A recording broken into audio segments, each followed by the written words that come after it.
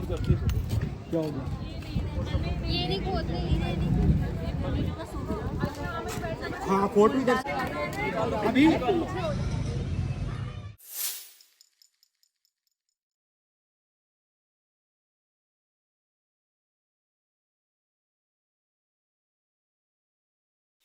Good morning friends, मैं आपका अपना दोस्त रोहित सांगवान। उम्मीद करता हूँ आप सब लोग भी अच्छे होंगे।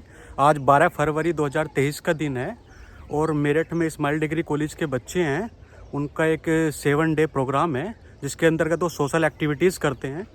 तो आज उन्होंने अपना एक कार्यक्रम रखा है जिसके अंतर्गत वो वेस्ट मैनेजमेंट और ट्री प्लांटेशंस पे डिस्कस करेंगे। इसके प्रति वो लोगों को अवेयरनेस प्रोग्राम भी उसके अंतर्गत चलाएंगे और उसके लिए उन्होंने सेलेक्ट किया एक मेरठ का एक गांव है जाहिदपुर, जो नगर निगम के अंतर्गत ही आता है। तो वहाँ पे उन्होंने अपना कैंप लगा रखा है, तो हम लोग भी जाके उसी को ज्वाइन करेंगे और उनके साथ ट्री प्लांटेशंस करेंगे और डिस्कस करेंगे उनके साथ वेस्ट मैनेजमेंट को लेके। तो आइए हम लोग सब चलते हैं और देखते हैं।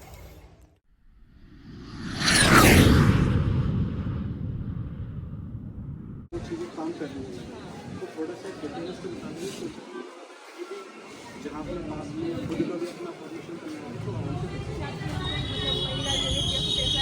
और ऐसी छोटी भी रहती है।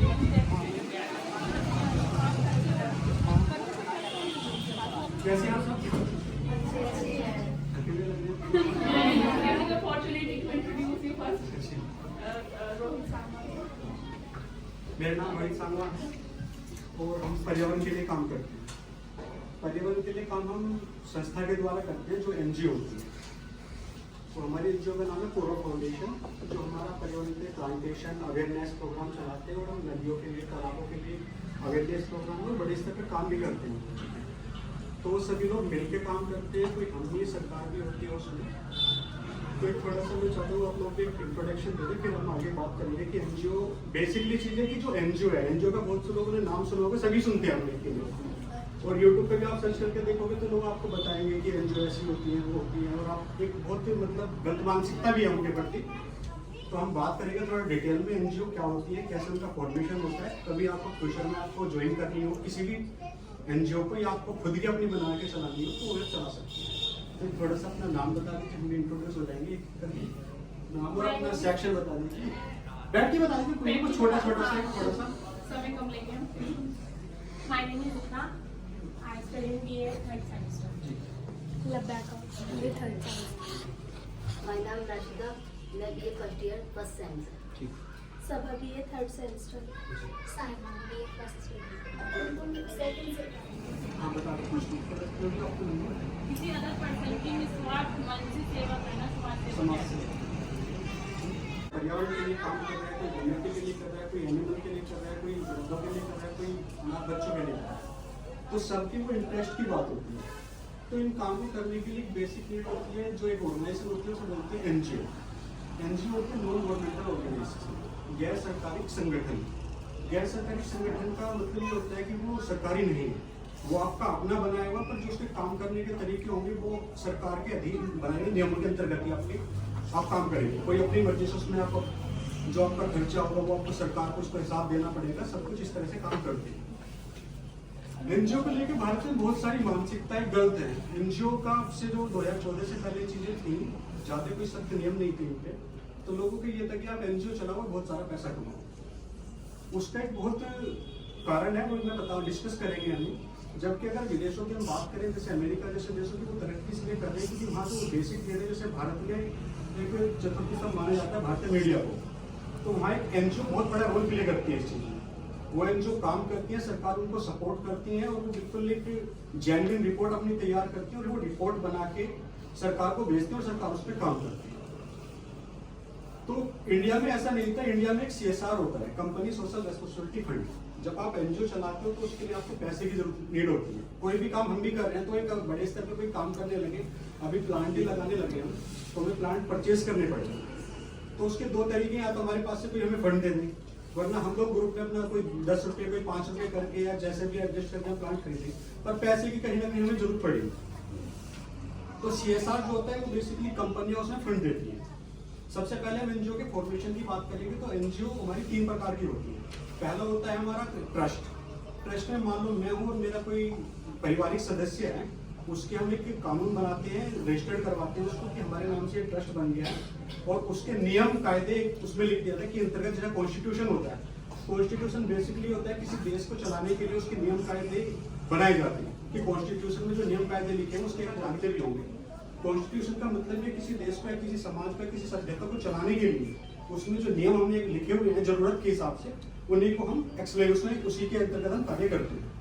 तो एनजीओ को काम करने के लिए बेसिकली कुछ नियम और कायदे होते हैं, वो कायदे रजिस्टर्ड कराते हैं सरकार के थ्रू, और उसको जो ट्रस्ट बनती है उसमें मिनिमम 2 लोग बना सकते हैं। कोई भी आप 2 लोगों को उसमें अपना नियम कराओ, कचहरी में जाओ, उसका आपके कागज तैयार हो जाएंगे, जो डॉक्यूमेंट होंगे वो आपका डीड बोलते हैं उसको ट्रस्ट का। एक होती है सोसाइटी, आपने देखा होगा कुछ लोग रह भी रहे होंगे, जो हमारे यहाँ पे कॉलोनियाँ कटती है उसमें लोग एक ग्रुप बना लेते हैं, उन्हें वेलफेयर सोसाइटी बोलते हैं। वो जो वेलफेयर सोसाइटी है सभी लोग मिलकर उसमें सिलेक्शन करते हैं कि मीटिंग हुई है, वहाँ पे लोगों ने उसका कोई अध्यक्ष बनेगा, कोई उपाध्यक्ष बनेगा, और सब लोग उसमें नाम देकर उसको रजिस्टर्ड कराते हैं। वो होता है हमारे यहाँ मेरठ में चिट एंड फंड ऑफिस है, विकासपुर ही कचहरी के पास पड़ता है ऑफिस, उसमें जाके आप रजिस्टर्ड उसको करा सकते हैं।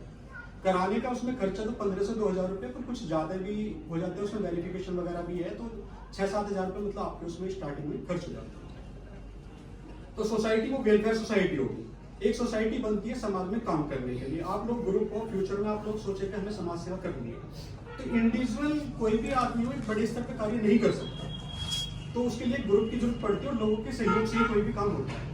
पर लोग सहयोग करेंगे, कल को कुछ टाइम बाद ऐसा होता है कि आप लोग काम कर रहे हो तो अपनी अलग अलग राय देंगे उसमें, तो वो चीज़ें कंफ्लिक्ट ना क्रिएट हो, तो उसके लिए जो आपका एनजीओ होती है उसके नियम कायदे होते हैं, सब जो भी काम होगा आपको मीटिंग के अधीन उसमें बताना होगा। जैसा अभी संसद भवन की कार्रवाई देखते होंगे, तो संसद में कोई भी विधेयक पास कराते हैं तो उसकी सारी उसकी अच्छाई बुराई सब डिस्कस करके ही वो कानून बनाया जाता है। तो एनजीओ के लिए जो हम बेसिकली है वो सोसाइटियाँ होती हैं, तो सोसाइटी के लिए बनाने के लिए आपको मिनिमम 7 लोगों की जरूरत पड़ती है। कोई भी आप लोग, कोई उपाध्यक्ष होगा और कोई सेक्रेटरी होगा, उनके आप नाम ले जाके ना चिट फंड ऑफिस में सारे अपने डॉक्यूमेंट के साथ आप जमा कर सकते हैं। 1 महीने के बाद आपका रजिस्ट्रेशन हो जाएगा। रजिस्ट्रेशन होने के बाद आपकी संस्था का एक पैन नंबर, पैन कार्ड आपका बनाया जाएगा। उस पैन कार्ड के अकॉर्डिंग आपका जो स्टम्प्स बनेंगी, एक अध्यक्ष के नाम की होती है और एक सेक्रेटरी और अध्यक्ष जो भी ज्वाइंट अकाउंट खुलवाना चाहिए। सिंगल पर्सन का कोई भी ज्वाइंट अकाउंट नहीं खुल, सिंगल पर्सन का कोई भी अकाउंट संस्था के अंतर्गत नहीं खुल। सिंगल पर्सन का मतलब ये होता है कि मेरा अकाउंट है और मैं संस्था का अध्यक्ष हूँ, मैं कभी भी पैसे निकाल सकता हूँ, किसी को कोई नहीं पता कि अकाउंट में से पैसे निकालना या नहीं निकालना। इसलिए उसकी जानकारी होनी चाहिए कम से कम 2 लोग जो भी मेन पदों पे होते हैं, तो इसलिए वो ज्वाइंट अकाउंट हमारा खोला जाता है। ज्वाइंट अकाउंट हमारा खुलने के बाद कार्रवाई होती है, उसके बाद जो भी हमें मतलब अपना कार्य करना होता है उसकी एक मीटिंग रखी जाती है, हम लोग ये कार्रवाई अपना करना चाहते हैं।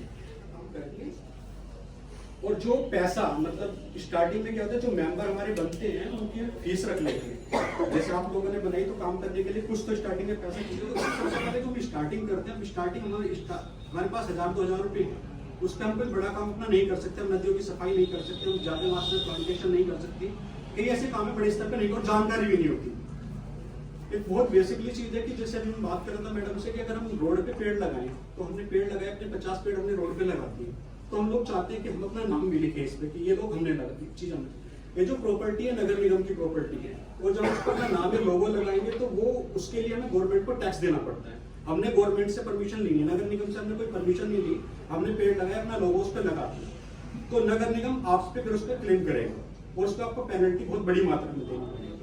तो इसलिए हम क्या करते हैं, लगाने से पहले नगर निगम के पास जाएंगे, जिसकी भी रोड होगी, पीडब्ल्यूडी विभाग की हो या वन विभाग की हो या नगर निगम के जिसके भी अंडर में होगी या NHAI की हो, तो उनको जाके एक एप्लीकेशन अपने एनजीओ के लेटर हेड पर देते हैं कि हमें ये काम करना, हम पेड़ लगाना चाह रहे हैं, उसको अपना लोगो लिखना चाह रहे हैं, और उसका हम इतना दिन तक मेंटेनेंस करेंगे, तो वो आपको मतलब उसकी अथॉरिटी दे देंगे, तब आप आराम से लगा सकते हैं, कोई आप पे किसी प्रकार की पेनल्टी नहीं। तो छोटी सी जानकारियां हैं, जो भी आज हमने यहाँ पे इस डेट में अपना कार्यक्रम कराया, उसके नीचे संबंधित 4 फोटोज के अटैच अपने रजिस्टर में कर लेते हैं। पूरे साल में हमने जो भी हमारे पास पैसा आया, उस पैसे को हमारा सीधा अकाउंट में डालेंगे अपने, और अकाउंट में फिर वो ज्वाइंट जो अकाउंट है वो चेक बुक से ही आपको किसी को उसको पे करोगे, आप उसमें से कैश नहीं निकाल सकते, ये इंपॉर्टेंट चीज है।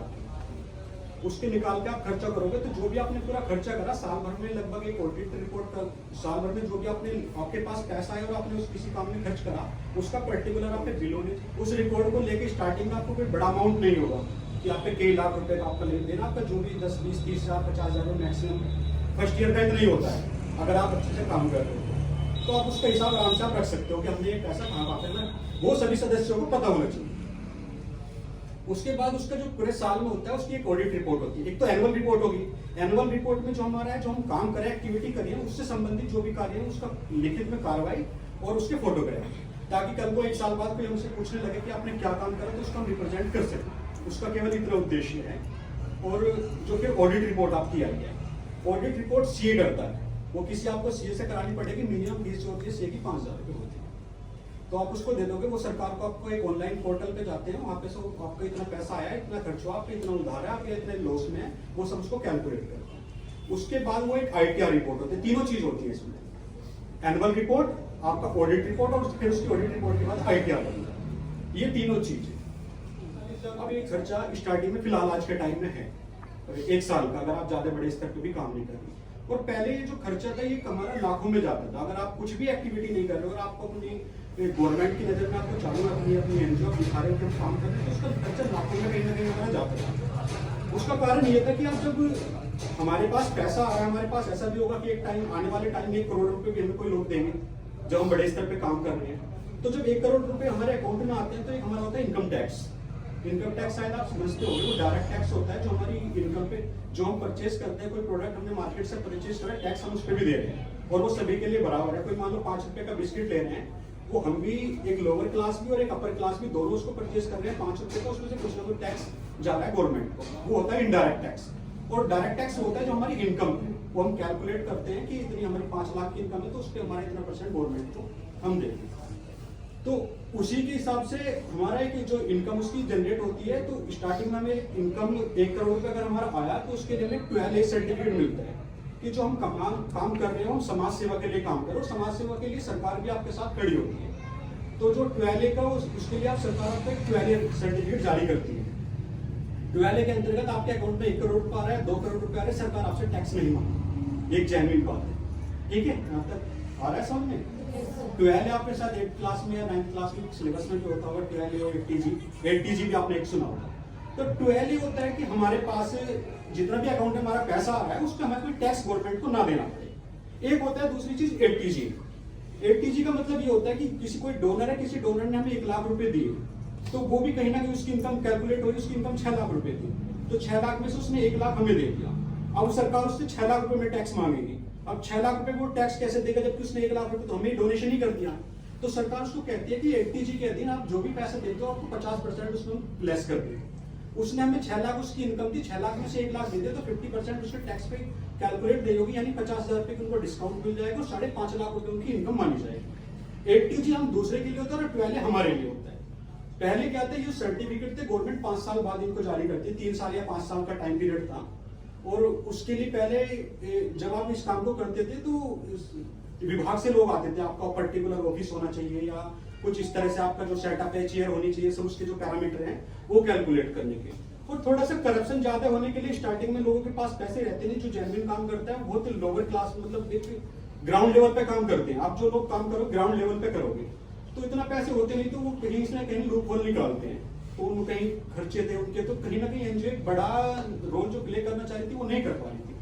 तो गवर्नमेंट ने 2014 के बाद एक तो पाबंदी लगाई है कि जो जिनके डॉक्यूमेंट, ये तीनों डॉक्यूमेंट प्रॉपर टाइम से नहीं है, उनके रजिस्ट्रेशन कैंसिल कर दी। और वो संख्या लाखों में थी इंडिया के अंदर। अभी भी वो मुद्दे चलते रहते हैं, तो उन्होंने उसको रिफॉर्म करा। और वो जो 2014 की बात थी, वो लाखों एनजीओ जो थी हमारी काम कर रही थी, वो केवल ऑन पेपर थी, वो एक्चुअल में कोई भी काम नहीं कर रही थी, ऑन पेपर हमारा काम कर रही थी, जिससे हमें इतनी बदनामी झेलनी पड़ती। तो गवर्नमेंट ने जिनके तीनों डॉक्यूमेंट टाइम से सबमिट नहीं हो पाते, ऑडिट पैसे का लेन देन नहीं दे रहे थे, एनुअल रिपोर्ट उनके पास नहीं थी, आईटीआर फिल नहीं कर रहे थे, मतलब गवर्नमेंट से कोई भी उनका कनेक्शन एक तरह से जानकारी नहीं दे रही थी, गवर्नमेंट ने उनका सभी का रजिस्ट्रेशन कैंसिल कर दिया।